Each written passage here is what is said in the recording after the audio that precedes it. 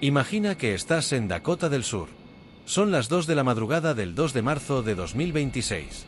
En la base aérea de Ellsworth, todo está en silencio, hasta que no lo está. 4 enormes bombarderos encienden sus motores en la oscuridad. Sus 4 turborreactores con posquemador rasgan el aire frío de la noche. Los pilotos no dicen nada. No hace falta. Saben lo que van a hacer. 7 horas después, a miles de kilómetros de distancia, en Irán, instalaciones de misiles balísticos, búnkeres de mando y control, y centros de comunicaciones militares desaparecen en bolas de fuego. El Mando Central de Estados Unidos publica un comunicado escueto. Los bombarderos B-1 golpearon en lo profundo de Irán para degradar las capacidades de misiles balísticos iraníes. El mundo entero se pregunta lo mismo: ¿qué diablos es ese avión? Hoy vamos a responder esa pregunta. Hoy vamos a hablar del B-1B Lance, apodado cariñosamente de Bone, el hueso, por sus propios pilotos.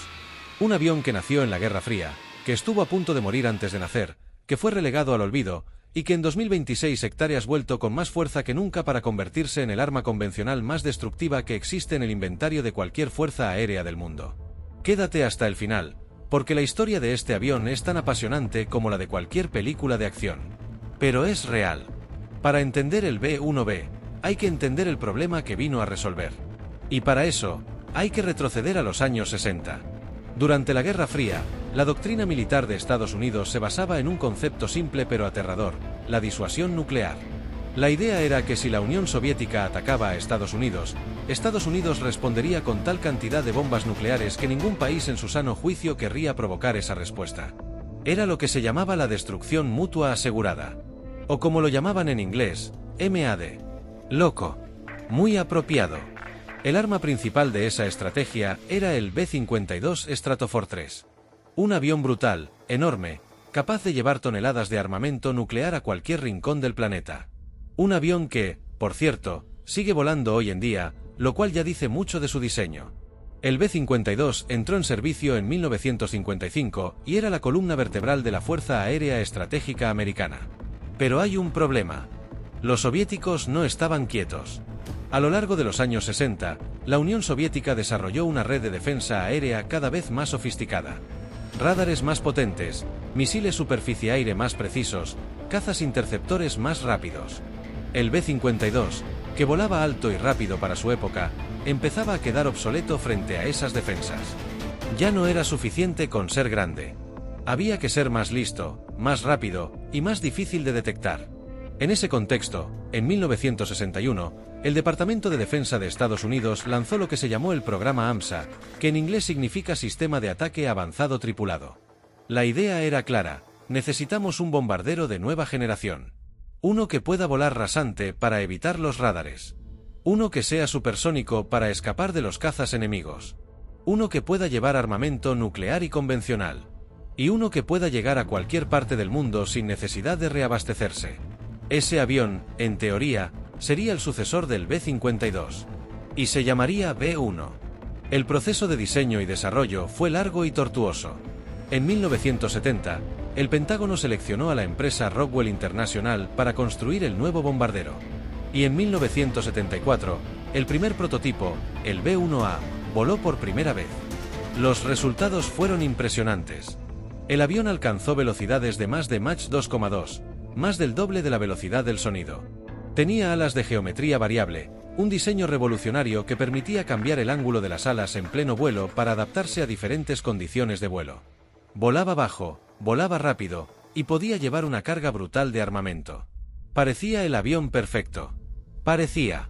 Porque en 1977 llegó Jimmy Carter a la presidencia. Y Carter canceló el programa B-1A. ¿Por qué? Principalmente por 2 razones.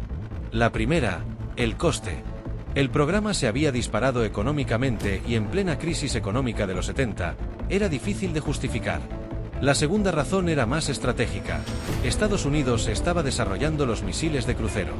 Armas pequeñas, precisas, que podían lanzarse desde aviones existentes como el B-52 sin necesidad de penetrar el espacio aéreo enemigo. ¿Para qué gastar una fortuna en un nuevo bombardero si podías modernizar los que ya tenías? Fue una decisión polémica. Los militares pusieron el grito en el cielo. Pero Carter fue firme. El B-1A quedó en 4 prototipos y nada más. Y entonces llegó Ronald Reagan. Reagan ganó las elecciones de 1980 con una promesa clara: reconstruir la capacidad militar de Estados Unidos. Y una de las primeras cosas que hizo fue resucitar el programa B-1. Aunque no exactamente el mismo avión. El nuevo bombardero, designado B-1B, era diferente al prototipo original en aspectos importantes. La velocidad máxima se redujo de Mach 2,2 a Mach 1,25. ¿Por qué sacrificar velocidad? Porque los ingenieros se dieron cuenta de que intentar penetrar defensas soviéticas a Mach 2 a gran altitud era una misión suicida. Los misiles superficie-aire podían alcanzar fácilmente un avión que iba en línea recta a gran altura. La nueva táctica sería diferente: volar muy bajo, a ras del suelo, aprovechando el terreno para ocultarse de los radares. Y para eso, la velocidad supersónica extrema no era necesaria. Lo que importaba era la velocidad subsónica a baja altitud, la resistencia estructural para soportar la turbulencia del vuelo rasante y los sistemas electrónicos para seguir el terreno automáticamente. A cambio de esa velocidad máxima reducida, el B-1B ganó otras cosas. Una firma de radar mucho más reducida, hasta 10 veces menor que la del B-52. Una capacidad de carga interior enorme. Y sistemas electrónicos de guerra más avanzados. El B-1B realizó su primer vuelo en octubre de 1984. Y entre 1986 y 1988, la Fuerza Aérea recibió 100 unidades. Era el bombardero más avanzado del mundo en ese momento. 100 aviones diseñados para una sola misión: penetrar el espacio aéreo soviético a baja altitud, evitar las defensas enemigas y lanzar sus bombas nucleares antes de que nadie pudiera detenerlos. Y entonces, la Guerra Fría terminó. La Unión Soviética se disolvió en 1991. El enemigo para el que había sido diseñado el B-1B desapareció de la noche a la mañana. ¿Y ahora qué? El B-1B se encontró en una situación paradójica. Era un avión extraordinariamente capaz, pero diseñado para una guerra que nunca iba a ocurrir. Además, los tratados de reducción de armas estratégicas firmados con Rusia prohibían que el B-1B llevara armamento nuclear. De un día para otro, el avión perdió su razón de ser principal. Durante los primeros años 90, el B-1B fue básicamente aparcado. Las tasas de disponibilidad eran bajas, el mantenimiento era caro, y no había una misión clara para él. Hubo debates serios sobre si tenía sentido seguir operándolo. Pero entonces alguien tuvo una idea brillante: ¿y si lo convertimos en un bombardero convencional? La transformación del B-1B de bombardero nuclear a bombardero convencional fue un proceso que llevó años, pero que cambió completamente el papel del avión. En primer lugar, se eliminaron físicamente todos los sistemas relacionados con el armamento nuclear. Los puntos de anclaje especiales, los sistemas de detonación, los procedimientos específicos. El B-1B ya no podría llevar armas nucleares aunque quisiera. Eso no era solo un capricho, era un requisito de los tratados internacionales. A cambio, se actualizaron los sistemas de armamento convencional. El B-1B empezó a integrarse con bombas guiadas de precisión, con misiles de crucero, con todo tipo de munición moderna. Y aquí es donde el avión empezó a mostrar su verdadero potencial. Porque el B-1B tiene algo que ningún otro avión del mundo tiene: la mayor capacidad de carga convencional interna de cualquier bombardero estadounidense. Sus 3 bahías de armamento internas pueden albergar hasta 34.000 kilogramos de munición. Para que os hagáis una idea, eso es más del doble de lo que puede llevar un B-52 en su bahía interna. Y aquí viene la primera gran prueba de fuego. En diciembre de 1998, durante la Operación Zorro del Desierto en Irak, el B-1B realizó su debut en combate. Por primera vez en su historia, el avión que había sido diseñado para destruir Moscú lanzaba bombas sobre objetivos reales. Y lo hizo bien.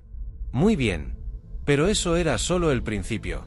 El 11 de septiembre de 2001 cambió el mundo. Y también cambió el papel del B-1B de maneras que nadie había anticipado. Cuando Estados Unidos invadió Afganistán en octubre de 2001, el B-1B fue uno de los primeros aviones en entrar en acción. Pero no de la manera en que había sido diseñado. En lugar de volar bajo alta velocidad para penetrar defensas sofisticadas, el B-1B empezó a hacer algo completamente diferente: volar alto, despacio, durante horas y horas, esperando que alguien en el suelo necesitara apoyo aéreo. Este nuevo papel se llamó CAS, Close Air Support, o apoyo aéreo cercano. Y resultó que el B-1B era extraordinariamente bueno en eso. ¿Por qué? Porque podía llevar docenas de bombas guiadas de precisión al mismo tiempo. Podía permanecer en el aire durante horas gracias a su gran autonomía y a los reabastecimientos en vuelo. Y podía responder en minutos cuando las tropas en el suelo pedían ayuda. En Afganistán, el B-1B llegó a representar el 1% de los aviones que volaban misiones de combate, pero lanzaba el 40% de todas las municiones de precisión utilizadas. Esos números son increíbles. Un solo tipo de avión, volando un porcentaje mínimo de las misiones totales, responsable de casi la mitad de toda la potencia de fuego de precisión. En Irak, después de la invasión de 2003, el B-1B repitió ese papel. Misiones largas, cargado hasta los topes de bombas GRAM de precisión, respondiendo a llamadas de apoyo desde el suelo. Los soldados que operaban en tierra llegaron a considerar al B-1B como una especie de ángel guardián permanente. Sabían que en algún lugar sobre sus cabezas, probablemente a más de 10 kilómetros de altitud, había un B-1B cargado de bombas listo para responder si les atacaban. Pero todo ese uso intensivo tenía un coste. El B-1B había sido diseñado para misiones cortas y explosivas, no para décadas de vuelo continuo en entornos de combate real. Para 2019, la situación era preocupante. De toda la flota de B-1B, que en ese momento constaba de 62 aviones, solo 6 estaban en condiciones de volar misiones operativas regularmente. 6 de 62. Una tasa de disponibilidad catastrófica. La Fuerza Aérea tomó una decisión drástica: retirar una parte de la flota para concentrar los recursos de mantenimiento en los aviones restantes. Entre 2021 y 2022, se retiraron 17 B-1B. La flota quedó reducida a 45 aparatos. Pero esos 45 aviones, ahora sí, estaban en buenas condiciones. Y entonces llegó 2026. Para entender lo que ocurrió en marzo de 2026, necesitamos poner en contexto la situación con Irán. Durante años, la tensión entre Estados Unidos, Israel e Irán había ido escalando. El programa de misiles balísticos iraní era una amenaza directa para Israel y para las bases americanas en la región. Irán había desarrollado una capacidad de misiles considerable, con cientos de proyectiles capaces de alcanzar objetivos a miles de kilómetros de distancia. Y a pesar de las sanciones, de las presiones diplomáticas y de los ataques cibernéticos, el programa continuaba. En la madrugada del 1 de marzo de 2026, todo cambió. La operación Epic Fury comenzó con un ataque masivo y coordinado. En las primeras 24 horas, más de 1000 objetivos fueron golpeados simultáneamente. Tomahawks lanzados desde buques de guerra americanos. Misiles de precisión lanzados desde tierra. Y desde el aire, una combinación de bombarderos B-2 Spirit furtivos y cazas F-35. Los B-2 Spirit, con su capacidad de penetración furtiva, fueron los primeros en actuar sobre los objetivos más duros.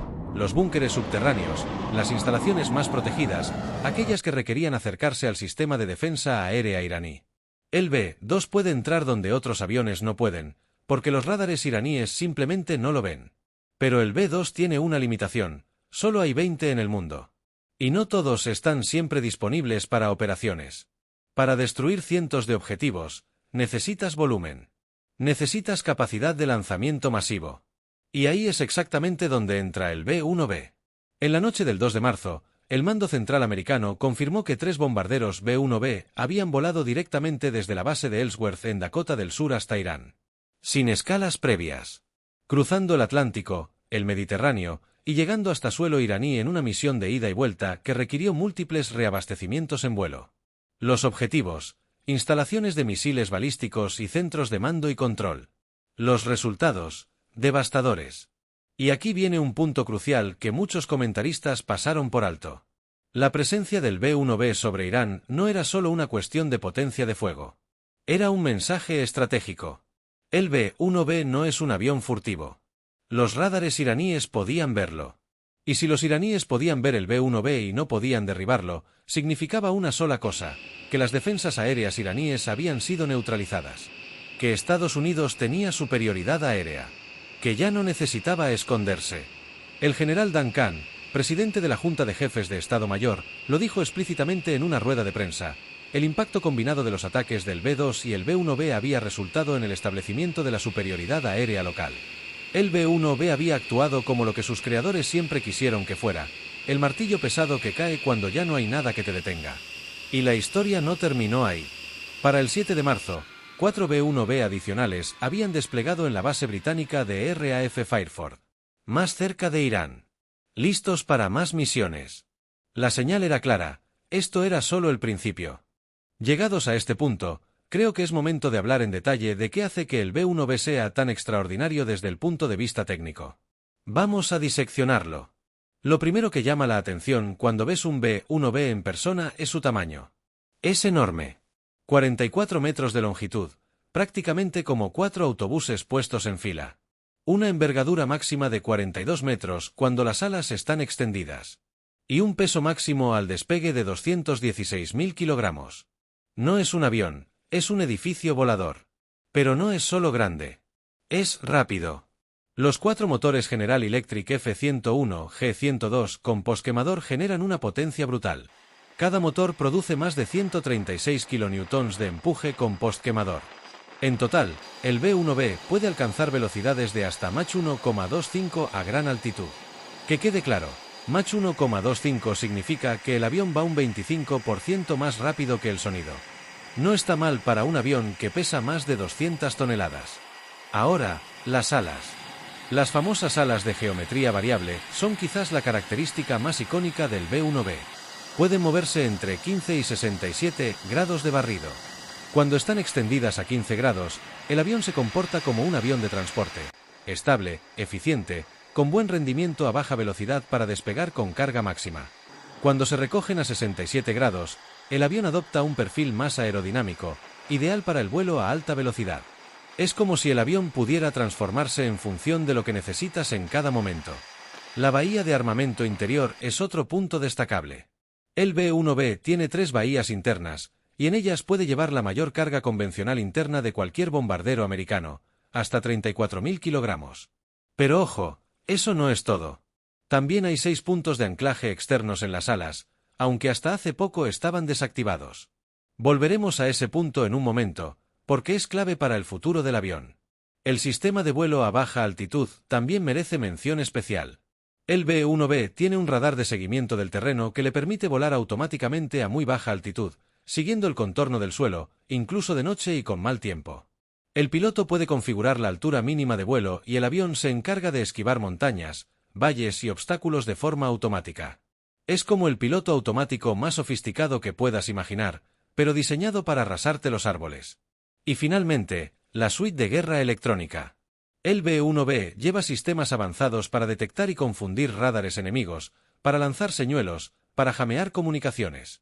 No es tan furtivo como el B-2, pero no es un blanco fácil para los sistemas de defensa enemigos. Todo esto se combina para crear un avión que es, en esencia, un camión de carga volador capaz de cruzar el mundo entero y depositar su cargamento con una precisión de metros. Hablar del B-1B sin hablar de sus armas sería como hablar de un barco sin mencionar el agua. Las armas son su razón de ser. Y el arsenal del B-1B en 2026 es impresionante. La munición más utilizada históricamente han sido las bombas JDAM. JDAM son las siglas de Joint Direct Attack Munition, o munición de ataque directo conjunto. Básicamente son bombas convencionales a las que se les añade un kit de guiado por GPS. Son relativamente baratas, muy precisas, y el B-1B puede llevar decenas de ellas en sus bahías internas. En Afganistán e Irak, las JDAM fueron la munición más lanzada por el B-1B. Pero el arma más importante del B-1B hoy en día es el misil JASM, Joint Air to Surface Standoff Missile. Este misil tiene un alcance de cientos de kilómetros, lo que significa que el B-1B puede lanzarlo sin tener que acercarse a la zona de defensa enemiga. El avión se queda fuera del alcance de los misiles enemigos, lanza sus JASM, y los misiles hacen el resto. En su versión extendida, el JASMer tiene un alcance de casi 1000 kilómetros. 1000 kilómetros. El avión no tiene que acercarse nada a lo que quiere destruir. También hay que mencionar el LRASM, Long Range Anti-Ship Missile.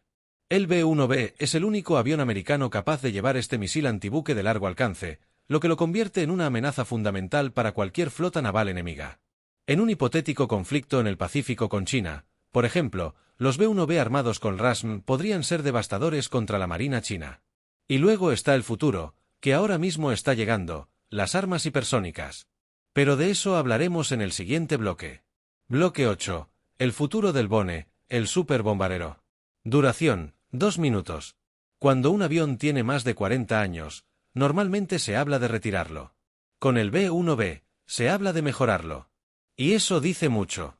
En 2026, la Fuerza Aérea Americana está invirtiendo más de 50 millones de dólares en lo que se llama el programa LAM, Load Adaptable Modular Pylon. O en cristiano, un programa para restaurar y actualizar los puntos de anclaje externos del B-1B que estaban desactivados. ¿Por qué importa esto? Porque añadir puntos de anclaje externos al B-1B es como añadirle brazos adicionales. Ya no solo puede llevar armamento en sus bahías internas, sino también en el exterior del avión. Eso aumenta su capacidad de carga en casi 45.000 kilogramos más. Un solo B-1B podría llegar a llevar más de 30 misiles de largo alcance en una sola misión. Y esos puntos externos no son solo para misiles convencionales. Son para algo mucho más importante, las armas hipersónicas. El AGM-183A, conocido como ARRW por sus siglas en inglés, es un misil hipersónico que funciona con un sistema de planeo. Básicamente, el misil asciende a casi el espacio, alcanza altitudes estratosféricas, y luego planea de vuelta a la atmósfera a velocidades superiores a Mach 5. A esas velocidades, es prácticamente imposible de interceptar con los sistemas de defensa actuales. Ni Rusia ni China tienen actualmente sistemas capaces de derribar consistentemente un arma de este tipo. El B-1B está siendo adaptado para llevar estas armas hipersónicas en sus nuevos pilones externos. De hecho, ya se han realizado pruebas de portabilidad, con el avión transportando una carga de más de 2.200 kilogramos de la forma y tamaño del misil hipersónico. La visión final es un B-1B capaz de lanzar misiles hipersónicos contra China o Rusia desde centenares de kilómetros fuera de sus zonas de defensa aérea, sin que sus sistemas puedan hacer nada al respecto. El hueso viejo convertido en el arma del futuro. Todo esto tiene una fecha de caducidad prevista, los años 30, cuando el nuevo bombardero B-21 Raider esté completamente operativo y pueda sustituir al B-1B definitivamente. Hasta entonces, el Bone seguirá volando.